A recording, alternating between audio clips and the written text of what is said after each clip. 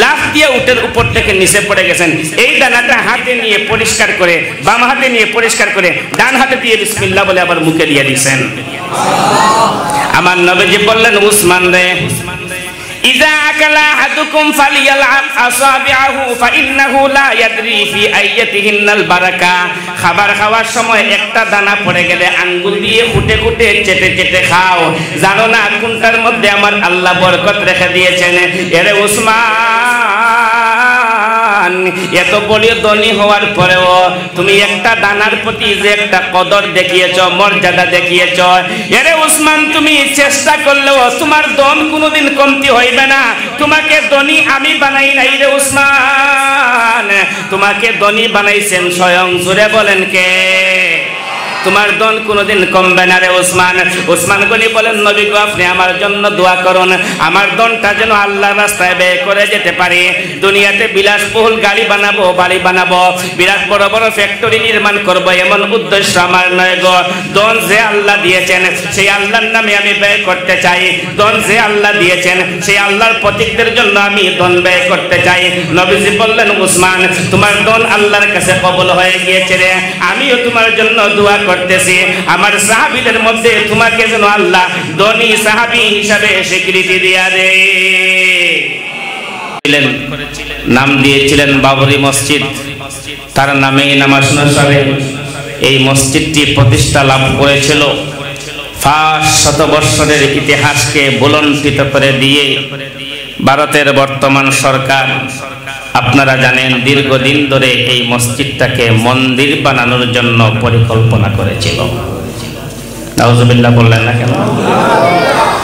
এমনকি শুধু পরিকল্পনাও করে নাই, আমাদের উলামায়ে কেরাম সারা বিশ্ব থেকে সচেতন নাগরিকগণ যুগ যুগ ধরে আন্দোলন করে আসছেন, কোনো অবস্থাতেই মসজিদ ভেঙে মন্দির বানানো যাবে না। গত পরশুদিন 22শে জানুয়ারি আপনারা দেখেছেন, বিকাল 4টা থেকে নিয়ে সন্ধ্যা 5 এবং 6টা পর্যন্ত আমাদের পার্শ্ববর্তী সীমান্তবর্তী ভারতের চতুর্দিকে আতশবাজির শব্দ, বোমা ফাটানোর শব্দ, বড় বড় হাত ডাক এবং বিভিন্ন প্রকারের বাতির আলো, বিভিন্ন প্রকারের বাঁশির আওয়াজ এসেছে আমাদের কানে। জানেন এই দিন কি হয়েছে? মুসলমানদের দীর্ঘ 500 বৎসরের ইতিহাসকে মাটির সঙ্গে মিশে দিয়ে এই সরকারের নাম এই জায়গায় আমাদের নেয়ার দরকার নাই। কুখ্যাত এবং সকলের কাছে খুব গৃহীত একটি নাম, যাকে গুজরাটের কসাই বললে সবাই চেনে। মুসলমানদের 500 বৎসরের ইতিহাস বাবরি মসজিদকে ভেঙে বিশাল বড় রাম মন্দির নির্মাণ করে তারা এই রাম মন্দির উদ্বোধন করে দিয়েছে। নাউজুবিল্লাহ, জুড়ে পড়েন। কলিজায় কি আঘাত লাগে না? জুড়ে বলেন। 500 বৎসরের ইতিহাস, ঐতিহাসিক বাবরি মসজিদ। এইদিকে মসজিদে আকসা কোন অবস্থায় কখন কি জানি হয়, মুসলমানদের কলিজায় দুরু দুরু করতেছে। এইদিকে পার্শ্ববর্তী দেশে হলো কি? আমরাও বিশ্বাস করি আজ আপনার ক্ষমতা আপনার হাতে থাকার কারণে আপনি মসজিদ ভেঙে রাম মন্দির নির্মাণ করেছেন। হয়তো একটা সময় আসবে মুসলমানরা আবার ক্ষমতায় আসলে এটা তোমার জন্য একটা শ্মশান হতে পারে, ঠিক কিনা? মুসলমানদের মসজিদ ভেঙেছ, গোটা বিশ্বের মুসলমানদের কলিজায় আঘাত লেগেছে।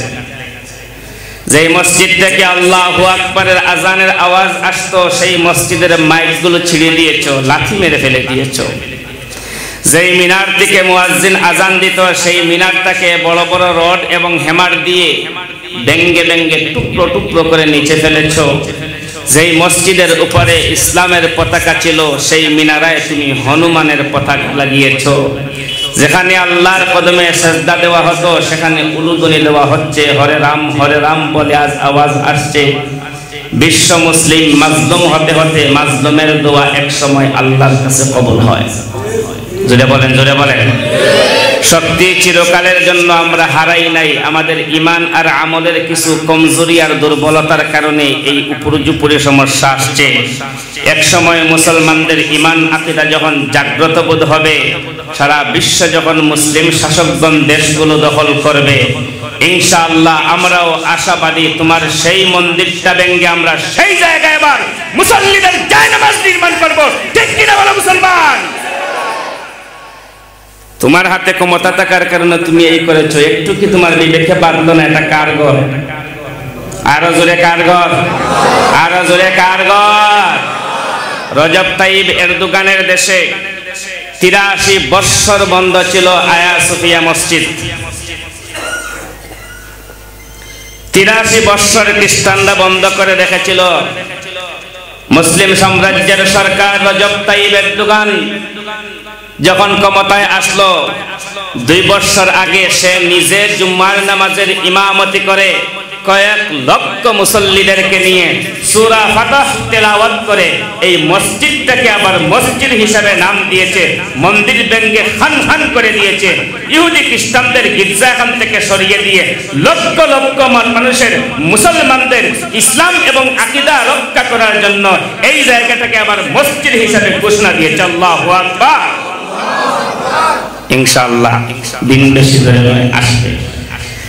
তো উসমান গনি রাদিয়াল্লাহু তাআলা আনহু মসজিদ করেছেন।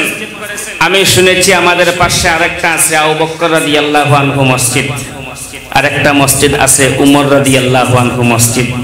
এটা হয়েছে উসমান গনি মসজিদ। বড় বড় খোলাফায়ে রাশিদিন, ইসলামের 4 জন বড় বড় সাহাবা, একজন হযরতে আলী রাদিয়াল্লাহু আনহু। আশা করা যায় আশেপাশে আলীর নামে একটা মসজিদ হবে ইনশাআল্লাহ। বলেন, একে অপরের মধ্যে আন্তরিক এবং সদয়, তারাহুম রুকআন সুজদা, তুমি সাহাবীদেরকে দেখতে পারবে তারা রুকু অবস্থায় আছে, সাজদা অবস্থায় আছে। রুকু করতে করতে কোমরের মধ্যে দাগ ফেলে দিয়েছে, সাজদা করতে করতে কপাল কালো করে দিয়েছে। ফাদুলাম মিনাল্লাহি ওয়া রিদওয়ানা, রুকু এবং সিজদা করে একমাত্র আল্লাহকে সন্তুষ্ট করার জন্য। ওগো নবীজি, হে দুনিয়াবাসী, সীমাহুম ফি ওয়ুজুহিহিম মিন আসারিস সুজুদ, সাহাবায়ে কেরামদেরকে তোমরা চিনবে কিভাবে? তাদের চেহারার মধ্যে, তাদের কপালের মধ্যে সিজদার চিহ্ন রয়েছে। হাসরের দিন এই সিজদার চিহ্ন থেকে নূরের আলো প্রকাশ দিবে, নূরের আলো। সাহাবায়ে কেরামদের পরিচয় এভাবে দেন। আল্লাহ কোরআনের এক আয়াতে বলছেন, সাহাবায়ে কেরামদের ঈমানের সঙ্গে আল্লাহ আমাদের ঈমানের তুলনা দেন। আমরা যারা ঈমান এনেছি, আমাদের ঈমানের মাপকাঠি হলো সাহাবায়ে কেরাম। নবীজি সাল্লাল্লাহু আলাইহি ওয়াসাল্লাম সাহাবায়ে কেরামদের তুলনা কিভাবে দিবেন? আল্লাহ নিজেই সাহাবায়ে কেরামদের তুলনা আমাদের সঙ্গে এভাবে দেন, ফা ইন আমানু বিমিসলি মা আমানতুম বিহি ফাকাদ ইহতাদাও। আপনার উম্মতের অন্যান্য লোকেরা যদি সাহাবায়ে কেরামের মতো ঈমান আনতে পারে, এই ঈমানে হবে হেদায়েত পাওয়ার জন্য যথেষ্ট ঈমান। সুবহানাল্লাহ। নবীজি সাহাবীদের তুলনা কিভাবে দেন? নবীজি বলেন, আসহাবি কান্নুজুম বিআইয়িকুম ইক্তাদাইতুম ইহতাদাইতুম। আমার নবীজি সাহাবায়ে কেরামদের প্রশংসা করতে গিয়া উম্মতদেরকে বলেন, ইয়া আমার উম্মতেরা শুনো, আমার সাহাবায়ে কেরামদের তুলনা দুনিয়ার কোনো কিছুর সঙ্গে হইতে পারে না রে। আমার সাহাবায়ে কেরামের তুলনা অন্য কোনো মানুষের সঙ্গে হইতে পারে না রে। দুনিয়ার কোন বস্তু দিয়া সাহাবায়ে কেরামের ঈমান আর আমলের তুলনা দিব? এরে বিশ্ববাসী শুনো, আমার সাহাবায়ে কেরাম তুলনাহীন। কিভাবে তুলনা দেওয়া যায়? নবীজি তুলনা দিতে গিয়ে বলেন, আমার সাহাবায়ে কেরাম হইলেন আসমানের তারার মতো। আরো জোরে, আসমানের তারা কি এখান থেকে দেখা যায়, তবে কি ধরা যায়? জোরে বলেন। এ দুনিয়ার মানুষ গভীর কালো অন্ধকার রাত্রিতে কোনো মানুষ যদি রাস্তায় চলতে থাকে, রাস্তা দেখা যায় না। আসমানের তারকা দেখলে মানুষ রাস্তায় হাঁটতে পারে। অন্ধকারে চলতে গেলে তারকার আলোয় মানুষ চলাফেরা করে। এরে উম্মত, তোমরা যদি অন্ধকার পথে চলে যাও রে, হেদায়েত থেকে গুমরাহির পথে চলে যাও রে, আমার সাহাবায়ে কেরামদের জীবনী তোমরা অনুসরণ করো। বিআইকুম ইত্তাদাইতুম ইহতাদাইতুম, আমার সাহাবায়ে কেরামদের জীবনী যদি তোমরা অনুসরণ করো তাহলে সাহাবায়ে কেরামের আদর্শে আদর্শবান হওয়ার কারণে আমার আল্লাহ তোমাদেরকেও হেদায়েত দিয়ে দিবে। সাহাবায়ে কেরামদের প্রশংসা কার চেয়ে কাট্টা করবেন? সিদ্দিক আকবর রাদিয়াল্লাহু আনহুর প্রশংসা আপনি করলেও শেষ করতে পারবেন না, উমরের প্রশংসা করেও শেষ করতে পারবেন না, ওসমান গনি রাদিয়াল্লাহু তাআলা আনহুর আলোচনা করলেও আপনি শেষ করতে পারবেন না। মসজিদের নাম দিয়েছেন উসমান গনি, তাহলে উসমান গনির বিষয় নিয়ে আমি কিছু আপনাদের সম্মুখে আলোচনা করতে চাই, মনোযোগ দিয়ে শুনতে পারবেন তো ইনশাআল্লাহ। প্রতি জুমআয় খুতবার সময় ইমাম সাহেব পড়ে আসদাকুহুম হায়াআন উসমান, এখানে উসমানের দুইটা গুণ উল্লেখ করা হয়। উসমান হলেন সবচেয়ে বেশি সদকাকারী ব্যক্তি, আর উসমানের ক্ষেত্রে বলা হয় হায়াআন উসমান, উসমান হইলেন সবচেয়ে বেশি লজ্জাশীল ব্যক্তি। আমার নবীজি একদিন উসমান গনিকে ডাক দিয়ে বললেন, হে আমার সাহাবী উসমান, তোমার মধ্যে এমন কোন গুণ আছে রে যে গুণের কারণে জিবরাইল আমার কাছে তোমার প্রশংসা করে গিয়েছে, তোমার কথা আমার আল্লাহ আমার সঙ্গে আলোচনা করেছেন, এমনকি তোমার চেহারা দেখলে শুধু মায়া লাগে রে উসমান, তোমার কাছে লোকেরা এত বেশি বেশি ভিড় করে রে উসমান, উসমান তুমি কোন আমলটা বেশি বেশি করো রে? উসমান গনির কোন আমল নবীর কাছে ধরাও পড়ে না। একদিন নবীজি পরীক্ষা করার জন্য ঘরে গেলেন, উসমানকে ডাক দিয়ে বললেন, রে উসমান তুমি আসো আমার সম্মুখে। উসমান গরের কিছু কাজ করার মধ্যে লিপ্ত ছিলেন। গরুয়া কাজ করলে দেখেন মানুষে গায়ের মধ্যে জামা কাপড় তেমন একটা দেয় না, উলঙ্গ অবস্থায় থাকে না, মানুষের কাপড় চোপড় যা আছে গেঞ্জি পর্যন্ত খোলা রেখে মানুষ গাটা খোলা রেখে দেয়। উসমান গনি নবীর সম্মুখে দৌড়াই আসছেন, এমন সময় চাদর দিয়ে উসমান গনি নিজের চেহারা দেখে রাখছেন। আমার নবীজি বললেন, রে উসমান,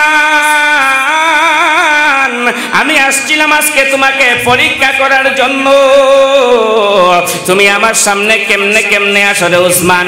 আমি ভাবছিলাম আজকে তোমার সিনাটা একটু দেখবো, তোমার বডিটা একটু দেখবো। উসমান গনি কয়, নবী আপনি আমার সিনা দেখার জন্য হয়তো পরীক্ষা করতেছিলেন, আমার আহলিয়াও বলতে পারবে না আমার বুকটা কেমন। গভীর রাত্রিতে বাতি অফ করার পরে আমার গায়ের জামা খুলে, অর্থাৎ আমার গোটা অঙ্গ সব সময় দেখে রাখি, লজ্জার কারণে আমার অঙ্গ আমি কোনোদিন মানুষদেরকে দেখাই নাই। আমার নবীজি বললেন, আল হায়াউ শুবাতুম মিনাল ঈমান, লজ্জা হইল ঈমানের একটা অঙ্গ।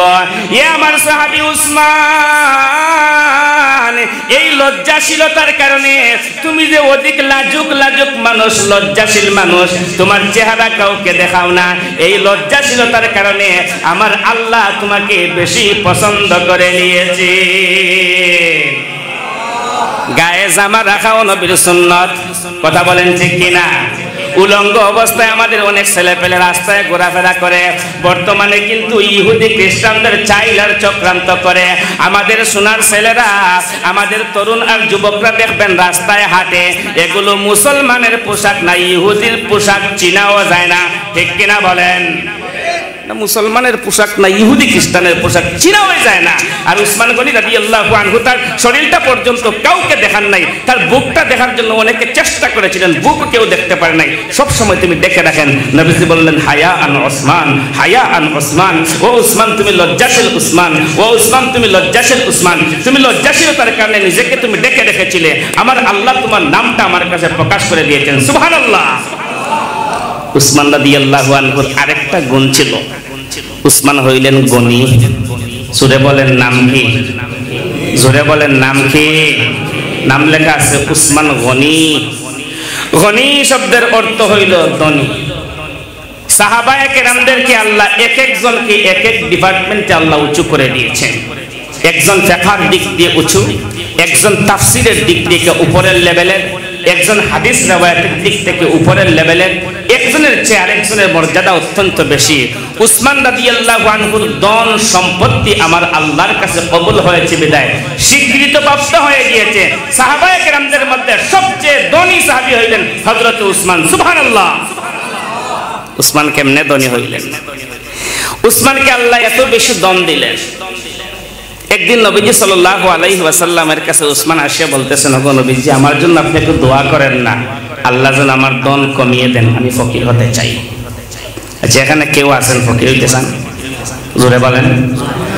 সবচেয়ে বড় টেনশন হইল দনের টেনশন। দন যার আছে মুখে তার হাসি আসে, কথা বলেন ঠিক কিনা? দন নাই, সম্পত্তি নাই, মুখে এখন হাসিও নাই। আগে যার মুখে হাসি দেখা যেত, টাকা নাই পয়সা নাই, এখন মুখে হাসিও নাই। আর টাকা তাহলে দেখবেন মানুষের রোগে বেমারেও তেমন একটা হয় না, অটোমেটিক সুস্থই থাকে। জোরে বলেন ঠিক কিনা? টাকা এমন কেরেশমাওয়ালা একটা জিনিস।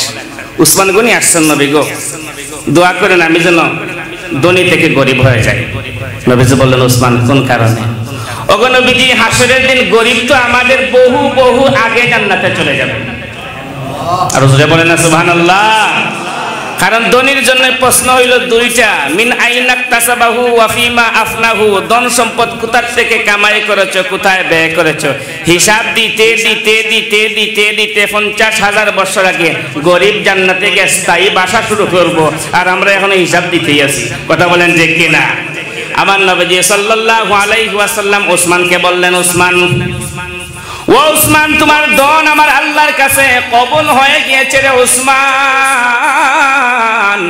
তোমার দন কোনোদিন কমবে না রে, কারণ দন যাদেরকে ধরা দেয় এমনি এমনি ধরা দেয় না রে।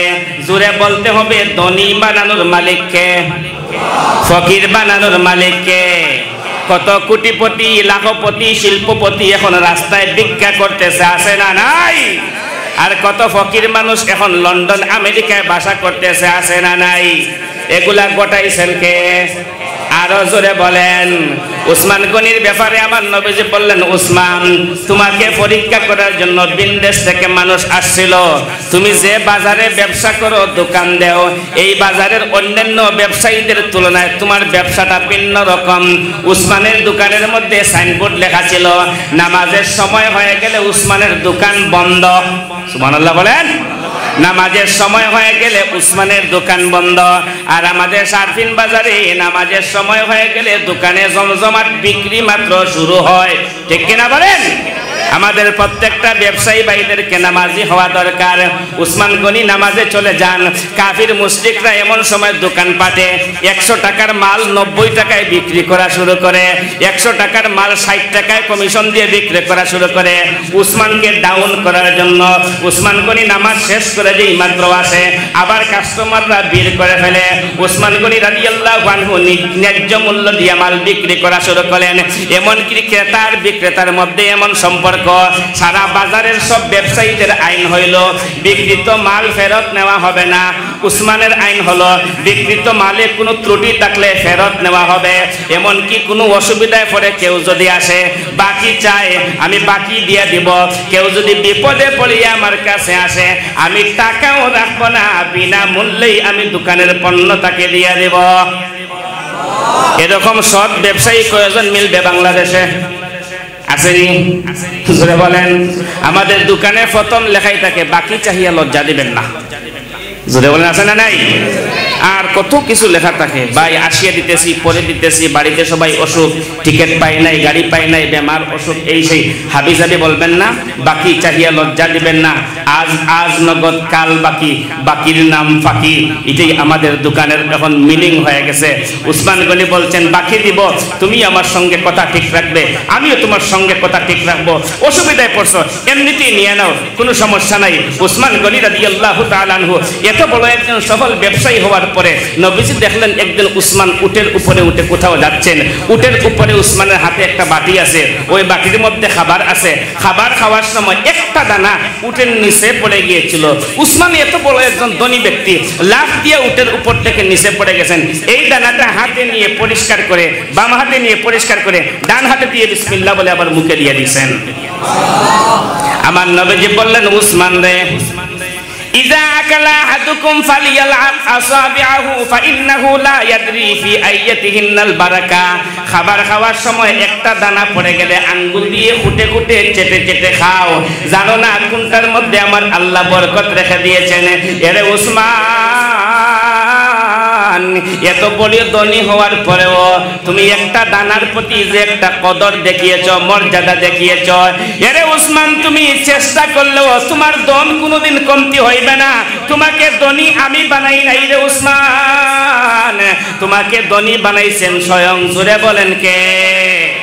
তোমার ধন কোনোদিন কমবে না রে উসমান। উসমান গনি বলেন, নবী গো আপনি আমার জন্য দোয়া করুন, আমার ধনটা যেন আল্লাহর রাস্তায় ব্যয় করে যেতে পারি। দুনিয়াতে বিলাসবহুল গাড়ি বানাবো, বাড়ি বানাবো, বিরাট বড় বড় ফ্যাক্টরি নির্মাণ করবো, এমন উদ্দেশ্য আমার নয় গো। ধন যে আল্লাহ দিয়েছেন সেই আল্লাহর নামে আমি ব্যয় করতে চাই। ধন যে আল্লাহ দিয়েছেন সেই আল্লাহর প্রতীকদের জন্য আমি ধন ব্যয় করতে চাই।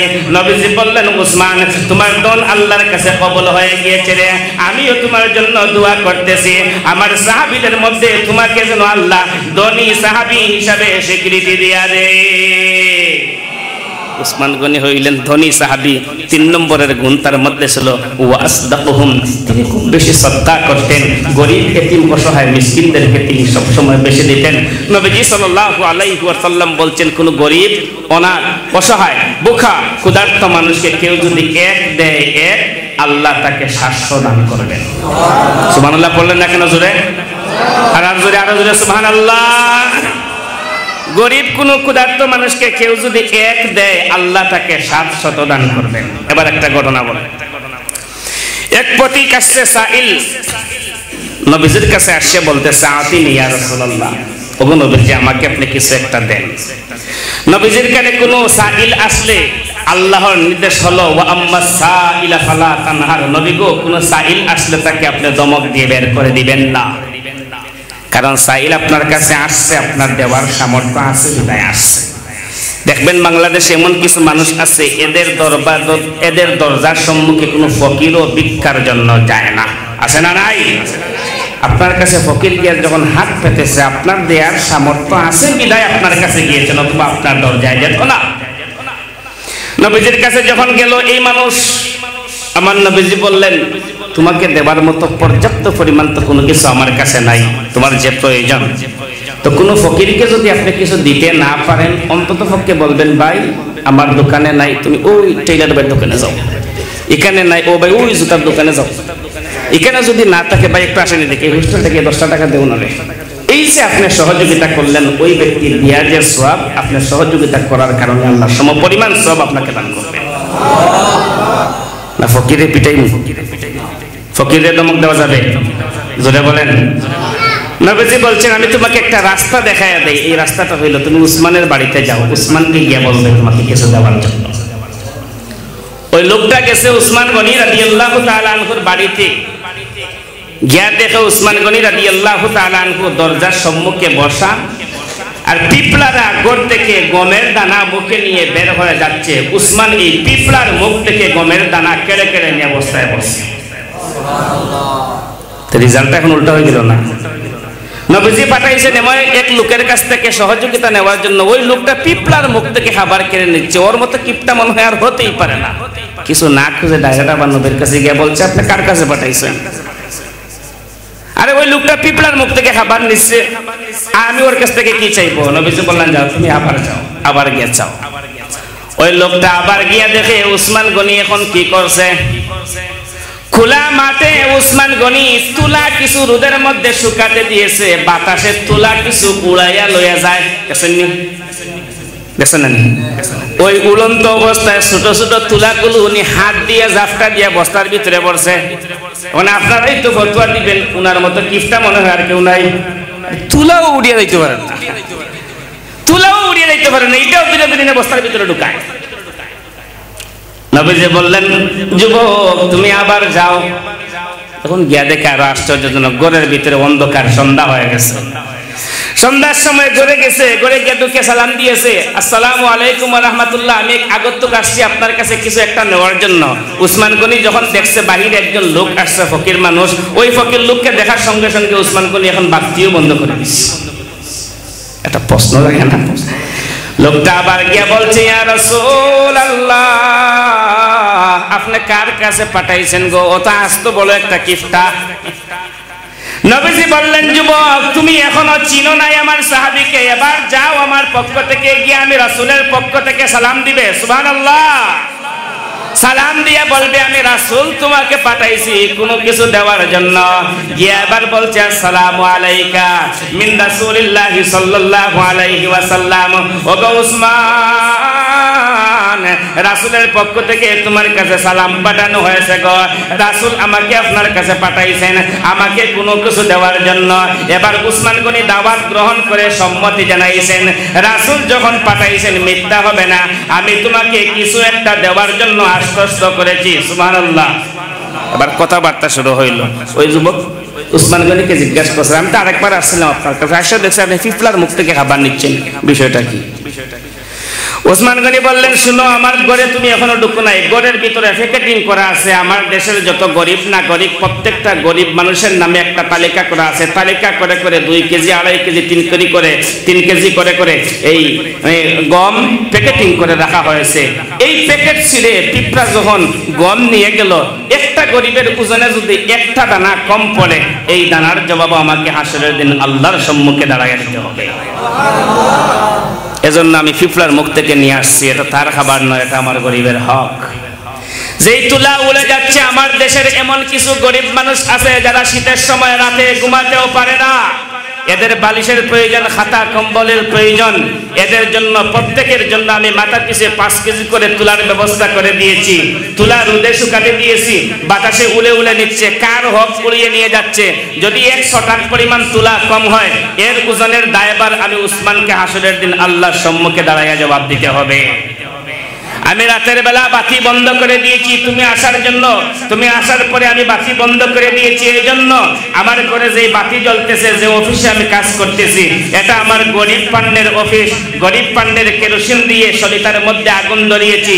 তোমার আমার ব্যক্তিগত আলাপের জন্য যদি এখান থেকে 1 আঙ্গুলের মাথা পরিমাণ কেরোসিন জ্বলে, এই কেরোসিনের জন্য হাসরের দিন আমি উসমানকে আল্লাহর কাঠ করে দাঁড়াতে হবে। সুবহানাল্লাহ বলেন। এখন বুঝছেন উসমান কোন কারণে 3টা কাণ্ড দেখাইল। এবার যুবক ডাক দিয়া বলে, ও আল্লাহর নবীর সাহাবী উসমান, হে নবীর সাহাবী উসমান, নবী আমাকে তোমার কাছে পাঠাইছেন আমাকে কিছু একটা দেওয়ার জন্য।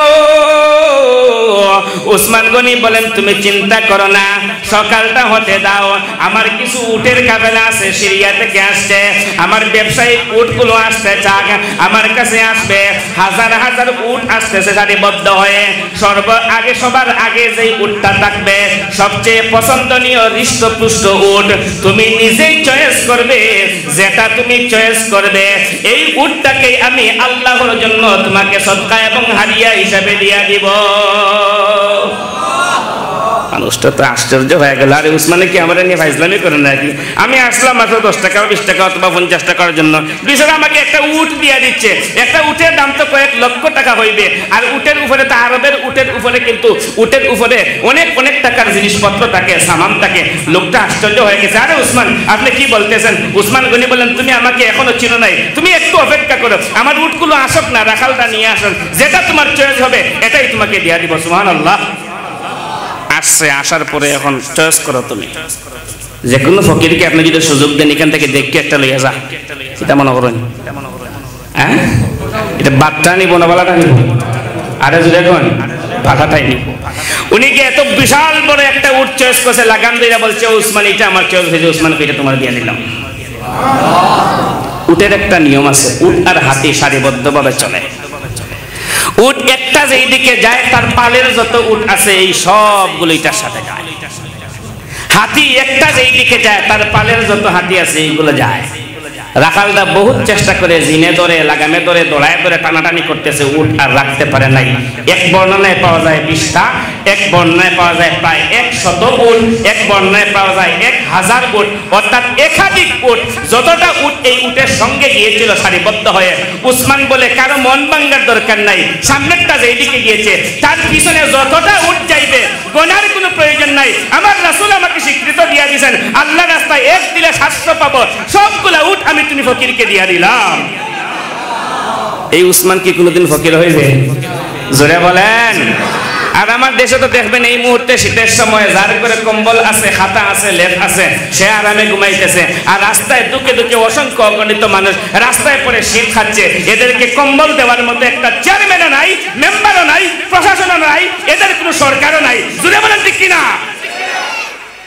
গরিব মানুষদের হক নষ্ট করে তুমি রাজ্যে বিল্ডিং বানাচ্ছ। কার জন্য বিল্ডিং বানাবে? উসমান গনি বলেন আমার একটা বিল্ডিং এর প্রয়োজন নাই, আমার দেশের গরিব বাঁচবে, গরিবদের স্বীকৃতিপ্রাপ্ত ধনী হইলাম আমি, আমার দেশের গরিব সুখে থাকবে, আমার আল্লাহ আমাকে জান্নাতে সুখী বানায় দিবে। এই উসমানের কি দন কোনোদিন কমবে? আরো জোরে বলেন। উসমান গনি ছিলেন অধিক সত্তাকারী। নবীজির কাছে যখন খবর গেল, নবীজি আগন্তুককে ডাক দিয়ে বললেন তুমি আগে ছিলে ফকির, এখন কেমন হয়েছে? কয় আমি ধনী না, শুধু ধনীদের মধ্যে সেরা ধনী হয়ে গেছি আমি, আলহামদুলিল্লাহ। বলে উসমান গনির দন তো আর কমে নাই। মসজিদে নববী নির্মাণ করা হয়েছে। মসজিদ নববী বানানোর সময় উসমান গনি ওয়াকাফে দান করেছেন। আজকে মানুষ আছে ঠিকই, সাহাবায়ে কেরামদের মতো ইমানদার পাওয়া বড় মুশকিল। যদি বলেন ঠিক কিনা? আবু বকরের মতো একজন ইমানদার পাওয়া বড় কঠিন, উমরের মতো একজন বিচারক পাওয়া কঠিন, উসমান গনির মতো একজন দানবীর পাওয়া খুবই কঠিন। নবীজি সাল্লাল্লাহু আলাইহি ওয়াসাল্লাম মসজিদ থেকে বের হয়ে দেখলেন মসজিদের সম্মুখে প্রায় 30 গজ জায়গা আছে, স্কয়ার ফিট 100 হাত হবে। এই জায়গাটা যদি আমাদের মসজিদের হয়ে যায় তাহলে খুব ভালো হবে। বাড়ির মালিক তারা দুই ভাইকে ডেকে নবীজির কাছে নিয়ে আসলেন আর বললেন শোনো যুবক দুইজন, তোমরা এই জায়গাটুকু মসজিদে দিয়ে যাও, এর বিনিময় হিসাবে আল্লাহ তোমাদেরকে একটা জান্নাত দান করবেন। আর জোরে বলেন না সুবহানাল্লাহ। তারা আমরা পরের দিন বুঝে জানাই তাতে একটা পরামর্শ আছে না? বুঝে বলেন পরামর্শ একটা আছে, কারণ এক ভাইয়ের হোক আর এক ভাইয়ের দিয়া দিলে পরের দিন যে তুফানটা হইব এটা ফিরাইব। কার হক তুমি মসজিদে দিলে, এত সুফিগিরির দরকার নাই। আমার ন্যায্য সম্পত্তি তুমি আরেকজনকে দিয়া দিলে, কি অবস্থা? এরকম হয় কি না? তারা দুই ভাই রাতের বেলা পরামর্শ করে এই সিদ্ধান্ত হয়েছে আমরা দিয়া দিব, তবে আমরা জান্নাতের আশা এত বেশি করার দরকার নাই, জান্নাত আল্লাহ দিলে দিবেন, তবে আমাদের বিনিময়ের দরকার আছে, আমরা গরিব মানুষ, আমরা আর একটা ঘর বানানোর প্রয়োজন।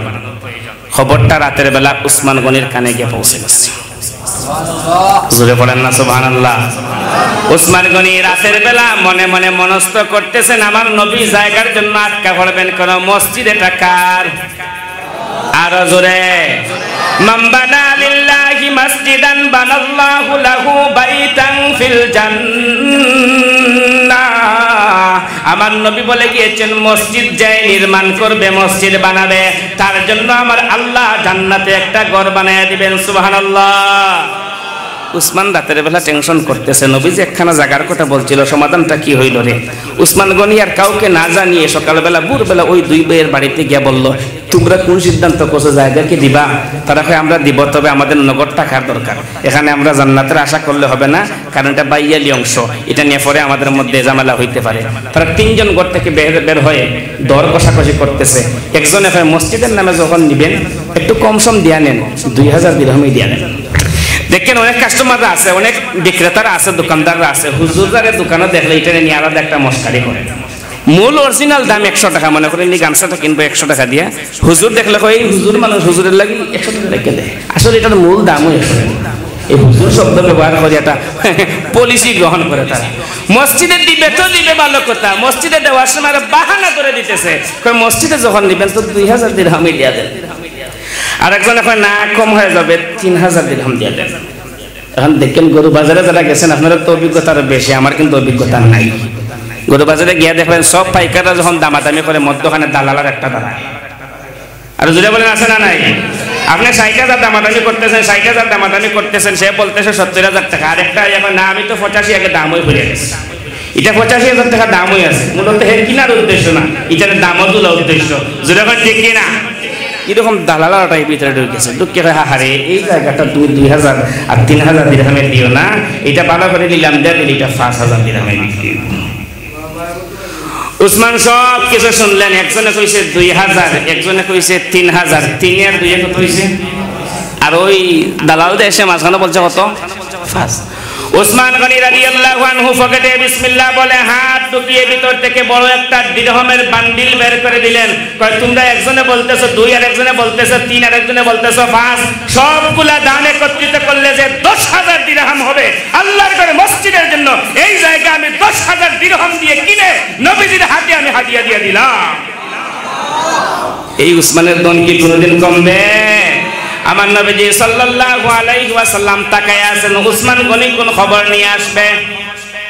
এমন সময় উসমান গনি নবীজির দরবার গিয়ে হাজির হয়ে বলতেছেন, ইয়া রাসূলুল্লাহ, ওগো নবীজি, যেই জায়গাটা আপনি কেনার জন্য মনস্থ করেছিলেন গো, জান্নাতের বিনিময়ে কিনবেন, তারা কিন্তু জায়গা দেওয়ার জন্য সম্মতি জানায় নাই। আমি 10,000 দিরহাম দিয়ে জায়গাটা কিনে নিয়েছি। ওগো নবীজি, আপনি আমার জন্য একটু দোয়া করেন গো। নবীজি বলছেন, ওসমান, মান বানা লিল্লাহি মসজিদা বানাল্লাহু লাহু বাইতান ফিল জান্নাহ। ওসমান রে, মসজিদ যে নির্মাণ করবে রে, মসজিদ নির্মাণের জন্য যে যা কিছু দিবে রে, আমার আল্লাহ তার জন্য জান্নাতে একটা ঘর বানায় দিবেন। তবে রে উসমান, এত দাম দিয়ে কেনার দরকার কি? উসমান বলে, নবী গো, জান্নাত তো কম দামি নয় গো, জান্নাত তো হইল সবচেয়ে বেশি দামি। বেশি দামি জিনিস কিনতে হইলে বেশি দামি জিনিস দেওয়ার দরকার। গিফটটা মিয়ার বকিল আমি করব কোন কারণে? আমি সর্বোচ্চ দাম দিয়া এই জায়গাটা কিনে আমি মসজিদে দিয়া দিলাম। আমার নবীজি বললেন, রে উসমান, তোমাকে আল্লাহ হাসরের দিন বিশেষ একটা পুরস্কার দান করবেন। মসজিদে এই জায়গা দেওয়ার জন্য আমার আল্লাহ তোমাকে একটা স্পেশাল জান্নাতের মালিক বানায় দিবে। উসমান গনি আবার নবীজির কাছে কানে কানে বলিয়া গেছেন, নবী গো, আমি যে এটা দিছি বেশি মানুষকে জানাইবেন না। সুবহানাল্লাহ বলেন। এটাও তো এক প্রকারের আমল। উসমান গনি মৃত্যুর আগ পর্যন্ত কোনোদিন মুখ থেকে এই কথা বের করেন নাই, এই জায়গার মালিক আমি। কিন্তু আমাদের দেখেন বাংলাদেশে এমন একটা অবস্থা, কেউ যদি মসজিদে জায়গায় 2 হাত দিয়া দেয়, 10 বছর পরে হইল পঞ্চায়েতে কোনো বিষয় নিয়ে মারামারি লাগিয়ে, ভাই কম কথা কো, মসজিদ আমার দাদা দিছে। জোরে বলেন ঠিক কি না? কম কথা কো, কার জায়গায় মসজিদ? আমার দাদা যদি জায়গা না দিত, আমার আব্বা যদি জায়গা না কিনে দিত, তোরা মসজিদে ফেরত দিতে পারতে? কোঠা দেওয়া হয়েছে কি হয়েছে? আর জোরে বলেন। কেউ যদি কোঠা দেয়, তার সমাধানটা কি হাদিসের আলোকে বলবো, কোরআনের আলোকে বলবো? মান্য নিতে পারবেন তো ইনশাআল্লাহ? নবীজি বলছেন 3 শ্রেণীর মানুষ আছে, লা ইকাল্লিমুল্লাহু ইয়াউমাল কিয়ামা। এই 3 শ্রেণীর মানুষের সঙ্গে আল্লাহ হাসরের দিন কথাও বলবেন না। আর জোরে বলেন না নাউজুবিল্লাহ। শাস্তি এই 3 শ্রেণীর মানুষের মধ্য থেকে প্রথম শ্রেণীর মানুষের নাম হলো আল মান্নান। জোরে বলেন নাম কি? জোরে বলেন নাম কি? আল মান্নান কার নাম আল্লাযী লা ইউতি শাইআন ইল্লা মান্না। কেউ কাউকে কোনো কিছু দিয়ে আবার কোঠা দেয়, যে কোঠা দেয় এই ব্যক্তির দিকে আল্লাহ হাসরের দিন ফিরেও তাকাবেন না। জোরে বলেন নাউজুবিল্লাহ। 2 নম্বর হলো এই ব্যক্তি, যে ব্যক্তি কোনো পণ্য বিক্রি করার সময় মিথ্যা শপথ নিয়ে কোনো কিছু বিক্রি করে। 3 নম্বর হইল ওই ব্যক্তি যে টাকনুর নিচে জামা পরিধান করে। 1 নম্বর, কাউকে কোনো কিছু দিয়ে কোঠা দেয়, এটা আমার বাবার জায়গা, এটা আমার দাদার জায়গা, আমার দাদায় মসজিদ এটা দিছে, আমার আব্বাই মাদ্রাসার জায়গা দিছে, আমার আব্বাই এটা না দিলে এটা হইতোই না। আমি যদি আপনাদেরকে জিজ্ঞাসা করি, জমিনের মালিক কি কোনো বান্দা না স্বয়ং আল্লাহ? দুনিয়ার সব মানুষের যদি মসজিদে দান খয়রাত করা বন্ধ করে দেয়, আল্লাহর ঘর মসজিদ বন্ধ হবে। জোরে বলেন, কোন জায়গার কার মানুষ, কোন জায়গা থেকে আল্লাহ মানুষ ফিটিংস করে দিয়ে এই মসজিদ পরিচালনা করবেন, এটা আল্লাহ ছাড়া দুনিয়ার কেউ বলতে পারে না। আমরা যারা মসজিদে কোনো কিছু দিব, আজকের ওয়াজ থেকেই একটা পক্ষে মুখস্থ করা দরকার। কোনো গরিব মানুষকে আমরা 5 টাকা দিলে, কোনো গরিব মানুষকে আমরা 10 টাকা দিলে, মসজিদে যদি আমরা 1 হাত জায়গাও দিয়া থাকি, মসজিদে যদি আমরা একটা ফ্যানও দিয়া থাকি, মরার আগ পর্যন্ত কোনোদিন কোঠা দিব না। পারবো তো? জোরে বলেন ইনশাআল্লাহ। কারণ দিলে আপনার কি হবে? লা ইউকাল্লিমুল্লাহু ইয়াউমাল কিয়ামা। আল্লাহ আপনার সঙ্গে হাসরের দিন কথাও বলবেন না, আপনাকে পবিত্র করবেন না। আল্লাহ আপনাকে কঠিন একটা আযাবের মধ্যে দিবেন। এক ব্যক্তি হইল যে কোনো কিছু দিয়া কোঠা দেয়, 2 নম্বর হইল যে টাকনুর নিচে জামা পরিধান করে, 3 নম্বর হইল মিথ্যা শপথ করে মানুষদের কাছে পণ্য বিক্রি করে।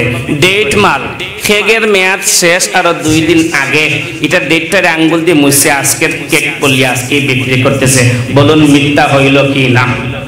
ডেট ওভার মাল যদি কেউ বিক্রি করে, কোনো ব্যবসায়ী যদি ডেট ওভার মাল আল্লাহর নামের কসম করে বিক্রি করে, এই ব্যক্তির দিকেও আল্লাহ হাসরের দিন ফিরেও তাকাবেন না। উসমান গনি বললেন, নবী গো, আমি যে এটা দান করেছি, আপনি শুধু আমার জন্য একটু দোয়া করবেন, কোনো লোকের কাছে বলা বলি করবেন না। তারপরেও অটোমেটিক সব সাহাবায়ে কেরামদের কাছে এটা বাস্ট হয়ে গেছে। আল্লাহ এটা পরিষ্কার করে দিয়েছেন। উসমান গনি রাদিয়াল্লাহু আনহু এই জায়গা যখন দান করেছেন, আসমান জমিনের ফেরেশতারা খুশি হয়ে গিয়েছে। উসমানের জন্য আমার আল্লাহ আলো জলমল একটা জান্নাতের ব্যবস্থা করে দিয়েছেন। সুবহানাল্লাহ। উসমান গনির 4টা গুণ বললাম, 5 নম্বরের আরেকটা গুণ হইল উসমান গনি ছিলেন জিন্নুরাইন। জোরে বলেন নাম কি? নাম কি? জিন্নুরাইন শব্দের অর্থ হইল 2 নূরের অধিকারী, 2 জ্যোতির অধিকারী। উসমান গনি হইলেন 2টা জ্যোতির অধিকারী। সুবহানাল্লাহ। জিন্নুরাইন নাম এতদিন শুনছেন, মূল কাহিনী কি একটু জানি। নবীজি সাল্লাল্লাহু আলাইহি ওয়াসাল্লামের কন্যা সন্তান ছিলেন 4 জন। জোরে বলেন কয়জন? আরো জোরে বলেন কয়জন? এর মধ্যে 2 জন ছিলেন, একজনের নাম ছিল রুকাইয়া, একজনের নাম ছিল উম্মে কুলসুম। রুকাইয়াকে আমার নবীজি সাল্লাল্লাহু আলাইহি ওয়াসাল্লাম উসমান গনির কাছে বিয়ে দিয়ে দিলেন। কেন দিলেন, কোন কারণে দিলেন, এর পিছনে একটা ইতিহাস আছে। রুকাইয়া এবং উম্মে কুলসুম এই দুজনের বিবাহ হয়েছিল আবু লাহাবের 2 পুত্রের সঙ্গে। একজনের নাম উতবা আর একজনের নাম উতাইবা। দুজনের সঙ্গে বিবাহ দিয়ে দিয়েছেন। এখনো পর্যন্ত আনুষ্ঠানিকভাবে ঘরের কাজ এখনো শুরু হয় নাই। বউ উঠাইয়ে নেওয়ার এখনো পর্যন্ত সিদ্ধান্ত ফাইনাল সিদ্ধান্ত এগিয়ে এখনো পৌঁছে নাই। এমন সময় আল্লাহ রাতের বেলা আয়াত নাজিল করলেন, তাব্বাত ইয়াদা আবি লাহাব। আবু লাহাবের 2 হাত ধ্বংস হয়ে যাক। আবু লাহাব মারাত্মক অপরাধ করেছে। পরের দিন সকালবেলা এই 2 জন নারীর সঙ্গে আবু লাহাবের 2 পুত্র অসৎ আচরণ করেছিল। শেষ পর্যন্ত তালাকও দিয়ে দিল। নবীজি খুব বেশি কান্নাকাটি করেছিলেন, আমার 2টা মেয়ের উপায় কি হবে। উসমান গনি তৈরি হয়ে গেলেন, ইয়া রাসূলুল্লাহ, আপনার যে মেয়ে কাফিরদের হাত থেকে নির্যাতিত হয়ে করে আসছে গো, আমি নির্যাতিত কোনো মহিলা তাকে বলবো না। একজন নবীর জামাই হয়ে নিজেকে ধন্য মনে করতে চাই। আমি আপনার মেয়ের জন্য বিবাহের প্রস্তাব দিলাম। আমার আল্লাহ সম্মতি হয়ে গেলেন। ওগো নবীজি, উসমানের কাছে মেয়েটা বিবাহ দিয়ে দেন। আমার নবীজি সাল্লাল্লাহু আলাইহি ওয়াসাল্লামের একজন কন্যা গ্রহণ করলেন, উসমান গনি রাদিয়াল্লাহু আনহু। সুবহানাল্লাহ বলেন। তো নবীজি বিবাহ দিয়েছেন, উসমান গনির কাছে দন দেখিয়ে দিয়েছেন। আরো জোরে বলেন। আমরা তো এখন বিবাহ দেওয়ার সময় দনই খুঁজি, ধন সম্পত্তি খুঁজে যদি আপনি বিবাহ দেন। শুনেন, বিবাহের সময় কি কি দরকার আছে। বিবাহ ইসলামের সবচেয়ে সহজ করছে, আর আমরা করছি যেটা কঠিন। জোরে বলেন ঠিক কিনা? টাকা নাই, পয়সা নাই, যার কারণে আমরা বিবাহ দিতে পারতেছি না। ছেলেও বিবাহ করাতে পারছি না, টাকা নাই। মেয়েও বিয়ে দিতে পারছি না, টাকা নাই। মেয়ে বিয়ে দিতে হলে যে ছেলের কাছে দেব, ছেলের পক্ষের দাবি হইল 1 নম্বরে ফালসার উন্নত মানের মোটরসাইকেল, না হইলে মেয়েও নিবে না। এর নাম যৌতুক। জুড়ে বলেন নাম কি?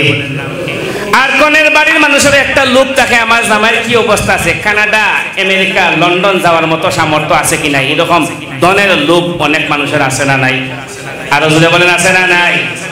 অথচ ইসলাম বলছে সবচেয়ে বেশি দিনদারিতাকে প্রাধান্য দেয়। সচরাচর একটা প্রচলন দেখা যায়, মেয়ের বিয়ের সময় মানুষে খুঁজে অতীত, আর ছেলের বিয়ের সময় মানুষে খুঁজে ভবিষ্যৎ। জোরে বলেন ঠিক কিনা? যে ছেলের কাছে বিবাহ দিবে তার ভবিষ্যৎটা কতটুকু উজালা, সে শক্তিশালী আছে কিনা, শ্রম করে, কাম করে, চাকরি বাকরি করে, টাকা পয়সা ইনকাম করে এই মেয়েকে খাওয়াতে পারবে কিনা, এইটা দেখে বিবাহ দেয়। আর মেয়ের চয়েস করার সময় মানুষের খুঁজে ভবিষ্যৎ নয়, দেখে তার অতীতে কোনো দাগ লাগানো আছে কিনা। জোরে বলেন ঠিক কিনা? সুতরাং ইসলাম সমর্থন দিয়েছে বিয়েটাকে সহজভাবে দেওয়ার জন্য, ধন আর সম্পত্তির দিকে চেয়ে নয়।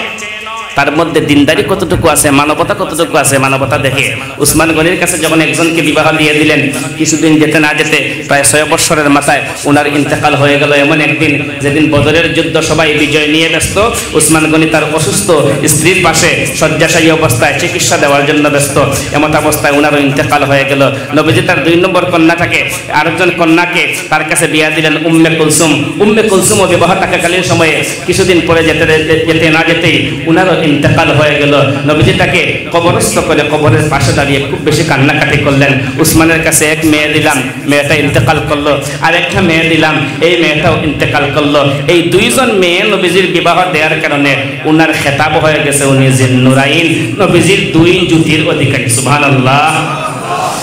তারপরে নবীজি কবরের পাশে দাঁড়িয়ে তখন বলছিলেন, আমাকে যদি আল্লাহ আরো 10টা মেয়ে সন্তান দিতে নিয়ে এক এক করে আমি উসমান গনির কাছে আমার 10টা মেয়েকে বিয়া দিয়ে দিতাম। সুবহানাল্লাহ। একসাথে নয়, একসাথে এক ঘরের দুই বোনকে রাখা যায় না। একজনের ইন্তেকালের পরে আরেকজন রাখা যায়। এই মাসলা ভালো করে বুঝবেন, ভালো করে বুঝবেন। এক ঘরের দুই মেয়ে এক স্বামীর অধীনে একসাথে থাকা জায়েজ নয়, ইসলাম জায়েজ দেয় নাই। ইন্তেকালের পরে শ্বশুর বাড়ির মানুষ তারা যদি মায়া মোহাব্বত করে তার প্রতি সদয় হয়ে যায়। আমাদের আগের মেয়েটা খুব ভালো ছিল, এখন আরেকটা মেয়ে তার কাছে দিয়া দেয়। এভাবে দুইজন মেয়ে গ্রহণ করার কারণে উসমান গনি জিন্নুরাইনে পরিণত হয়ে গিয়েছিলেন। নবীজি সাল্লাল্লাহু আলাইহি ওয়াসাল্লাম তারপরই আন্তরিকতা প্রদর্শন করতে গিয়ে বলছেন, আমার যদি 10টা মেয়ে হতো আমি এক এক করে তার কাছে বিবাহ দিয়ে দিতাম। সুবহানাল্লাহ। উসমান গনির 5 নম্বর গুণ বললাম জিন্নুরাইন। 6 নম্বর আরেকটা কথা বলি, উসমান গনি রাদিয়াল্লাহু তাআলা আনহু কে? উসমান গনি এমন এক ব্যক্তি যে উসমান গনির উপরে স্বয়ং আমার আল্লাহ সন্তুষ্টি প্রকাশ করে গোটা বিশ্ববাসীর কাছে একটি ঘটনা ঘটিয়ে আল্লাহ প্রকাশ করে দিয়েছেন, আমি আল্লাহ উসমান গনিকে ভালোবাসি। একটু জোরে পড়া যাবে কি সুবহানাল্লাহ? ঘটনাটা বলি। নবীজি সাল্লাল্লাহু আলাইহি ওয়াসাল্লাম মক্কা থেকে হিজরত করে মদিনায় চলে যাওয়ার প্রায় 6 বছর পরে নবীজির একটা স্বপ্ন জাগলো, আল্লাহর ঘরখানা দেখবেন। এমত অবস্থায় নবীজি সাল্লাল্লাহু আলাইহি ওয়াসাল্লাম প্রায় 1400 সাহাবায়ে কেরামদের বিশাল বড় একটি জামাত নিয়ে রওনা হলেন। আল্লাহর ঘরখানা তওয়াফ করতে আসবেন। হুদায়বিয়া নামক জায়গায় যখন আসলেন, নবীজি এখান থেকে উসমান গনিকে আগে পাঠাইছিলেন মক্কার হাল চাল দেখার জন্য, কোন অবস্থায় আছে। তাদেরকে বলবে আমরা শুধুমাত্র আসবো আল্লাহর ঘর তওয়াফ করার জন্য, কোনো মারামারি কাটাকাটি বিশৃঙ্খলা আমরা করতে চাই না, আমরা কেবল আসতেছি আল্লাহর ঘরখানা তওয়াফ করেই আবার ফিরে যাব। উসমান গনিকে পাঠালেন। ওখান থেকে গোয়েন্দা সূত্রে নবীজির এই সাহাবীদের কাছে খবর আসলো, তোমরা যে গোয়েন্দা হিসাবে উসমান গনিকে প্রথমে দূত হিসাবে পাঠাইছিলে, মক্কার মানুষ উসমান গনিকে গ্রেফতার করে উসমানকে হত্যা করে দিয়েছে। নাউজুবিল্লাহ। আসলে হত্যাও করে নাই, উসমানকে আটক করে রেখেছিল কিছু সময়ের জন্য। উসমান গনি রাদিয়াল্লাহু আনহুর খবর যখন আসলো, 1400 সাহাবায়ে কেরাম হুদায়বিয়া নামক প্রান্তরে একটা গাছের নিচে আমার নবীজি সাল্লাল্লাহু আলাইহি ওয়াসাল্লামের সঙ্গে কান্নার সুরে কথা বলতেছেন, ওগো নবীজি, আমার এক ভাই ছিল উসমান, আমাদের একজন ভাই উসমান, আমরাই তাকে পাঠিয়েছিলাম, আমাদের ভাইকে তারা হত্যা করেছে, আমাদের ভাইকে তারা গ্রেফতার করেছে, আটক করেছে। মূলত এক উসমানকে আটক করে নাই, আমাদের 1400 মুসলমানদেরকে আটক করেছে। আরো জোরে বলেন না সুবহানাল্লাহ। আরে মুসলমান তো এমন ভাবে ঐক্যবদ্ধ হওয়া দরকার। আজকে মুসলমানদের মধ্যে অনৈক্য থাকার কারণে ইহুদি খ্রিস্টানরা আমাদেরকে মারপিট করতেছে, ঠিক কিনা বলেন? নতুবা সারা বিশ্বে মুসলমানদের সংখ্যা যত, সারা বিশ্বের মুসলমানরা যদি এক হয়ে আমরা ঐক্যবদ্ধ প্ল্যাটফর্মে দাঁড়াতে পারতাম, ফিলিস্তিনে আকসার দিকে যে ইসরায়েল গোষ্ঠীরা লাল চক্ষু করে তাকিয়েছিল, আমরা যদি ঐক্যবদ্ধ হয়ে একবার হুঙ্কার ছাড়তে পারতাম, ফিলিস্তিনের এই ইসরায়েলিরা 5 মিনিটের জন্য টিকতে পারত না, ঠিক কিনা বলে? ব্যাপার হইলে আমাদের মধ্যে দোলাদলি আর মারামারি, সবচেয়ে বড় দোলাদলি আর মারামারি লাগিয়েছে ওখানে আমাদের মধ্যে। ইহুদি খ্রিস্টানরা দূর থেকে মারামারি লাগাইয়া দেয়, দূর থেকে তারা হাত তালে দেখো লাগছে রে মুসলমানে মুসলমানে। এর কারণে তো 2 দলে 2 দলে 3 দলে 3 দলে, এই হুজুরে দেখতে পারে না, এই পাবলিকে দেখতে পারে না, এই মসজিদের মানুষ এই মসজিদে ঢুকতে পারে না। এরা হেরারে হয় গাট্টিওয়ালার দল, আর হেরারে হয় উবাইয়ার দল। যখন আছে না নাই, এই যে একটা দলাদলি আর মারামারি শুরু হয়েছে, এটা কিন্তু মূলত তারা চাইল চক্রান্ত করে এখান থেকে লাগিয়ে দিছে। তোরা নিজেরা মারামারি কইরা মর, আর তোদের এই মারামারির ফাঁকে আমরা তোমাদের ভিতরে ঢুকেই তোমাদেরকে আমরা খতম করব। এটা মূলত ইহুদি আর খ্রিস্টানদের চাইল। ওই তারা চাইল চক্রান্ত করে মুসলমানদের মধ্যে একটা বিশৃঙ্খলা বাজিয়ে দেওয়ার জন্য সাহাবায়ে কেরামদের কাছে এই খবরটা পৌঁছেছে যে উসমান গনিকে হত্যা করা হয়েছে। এই খবর শোনার পরেই বলেন 1400 সাহাবায়ে কেরামের কি মাথা ঠিক থাকার কথা? আরো জোরে বলেন। 1400 সাহাবায়ে কেরাম ঐক্যবদ্ধ হয়ে নবীজির কাছে বললেন, ওগো নবীজি, আমাদেরই তো একজন ভাই মুহাম্মাদুর রাসূলুল্লাহ ওয়াল্লাযীনা মাআহু আশিদ্দাউ আলাল